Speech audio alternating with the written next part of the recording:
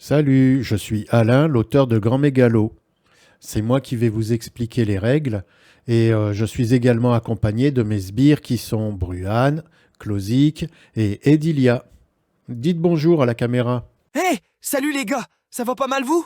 Parce que moi ça pourrait être mieux, le monde est chiant. Ouais. Bonjour, toi qui me regardes. Apprends ce que tu veux, de toute façon c'est moi le gagnant. Hello tout le monde! Hyper contente de voir d'autres têtes que ces deux abrutis. Ouah ouah ouah. Ici personne bouge les lèvres quand il parle. Et en plus, nous sommes tout figés. Pour gagner de la place, je mets uniquement leurs étiquettes sur la table autour du jeu. En complément du livret des règles, j'ai créé ces vidéos pour vous aider avec une approche visuelle et peut-être plus concrète pour vous. Mais attention, tout n'est pas en vidéo. N'oubliez pas le livret pour consulter un détail particulier. Grand Mégalo n'est pas aussi compliqué qu'il en a l'air. À la fin du premier tour de jeu, vous aurez compris et assimilé la routine principale. Et par la suite, oui, il faudra intégrer toutes ces petites règles qui font le piment d'une partie.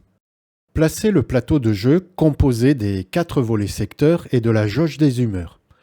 Ils n'ont pas d'emplacement ni de sens strictement défini. Vous pouvez les disposer comme bon vous semble, selon votre logique pratique. La seule contrainte est qu'ils doivent être visibles et accessibles à tous les joueurs.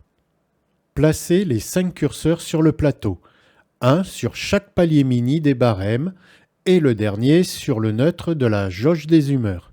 Prendre le paquet de cartes aléas, bien le mélanger et le déposer sur la table, accessible à tous. Sortir le dock de la boîte de jeu, prendre le paquet de cartes magouille, bien le mélanger et le déposer à cet emplacement du dock.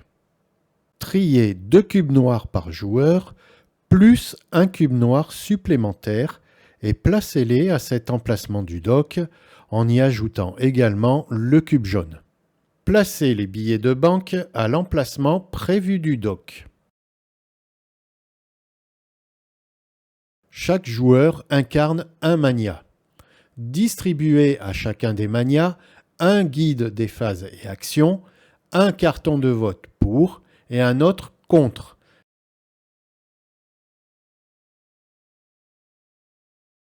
Ainsi que 3 billets de 50 couillecs.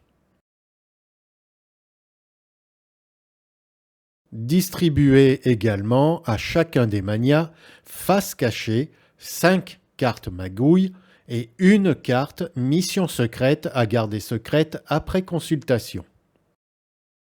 Chaque mania lance un dé. Celui qui obtient le plus haut score devient le joueur numéro 1. C'est par lui que débutera la partie. Bruhan obtient un 11, Klosik un 5, Edilia un 7. Au cas où, ceux qui ont un score égal relancent le dé jusqu'au départage. Puisque Bruhan obtient le plus haut score, il est donc le joueur numéro 1. Il reçoit le sceau numéro 1 et le totem « C'est à moi ». Le mania numéro 1 doit choisir son idéologie parmi les 4 cartes idéologie proposées. Puis ce sera au second mania à sa gauche de choisir sa carte et ainsi de suite.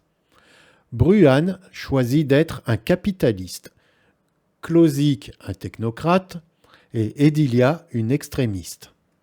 Utilisez un socle pour clipser la carte et la maintenir debout devant soi, côté emblème dirigé vers les autres joueurs. Le mania numéro 1 reçoit également la boîte avec les pions ainsi que le portefeuille de la couleur de l'emblème de sa carte d'idéologie. La partie de cette boîte symbolise la base dans laquelle se trouve la réserve de sbires, tandis que le couvercle servira de cave dans laquelle seront gardés en otage les sbires adverses capturés durant la partie. Il est aussi pratique de ranger sa carte mission secrète dans la cave, face cachée vers la table.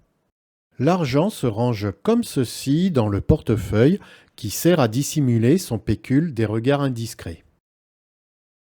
Chaque carte d'idéologie offre un avantage de début de partie qui doit être appliqué pour chaque mania.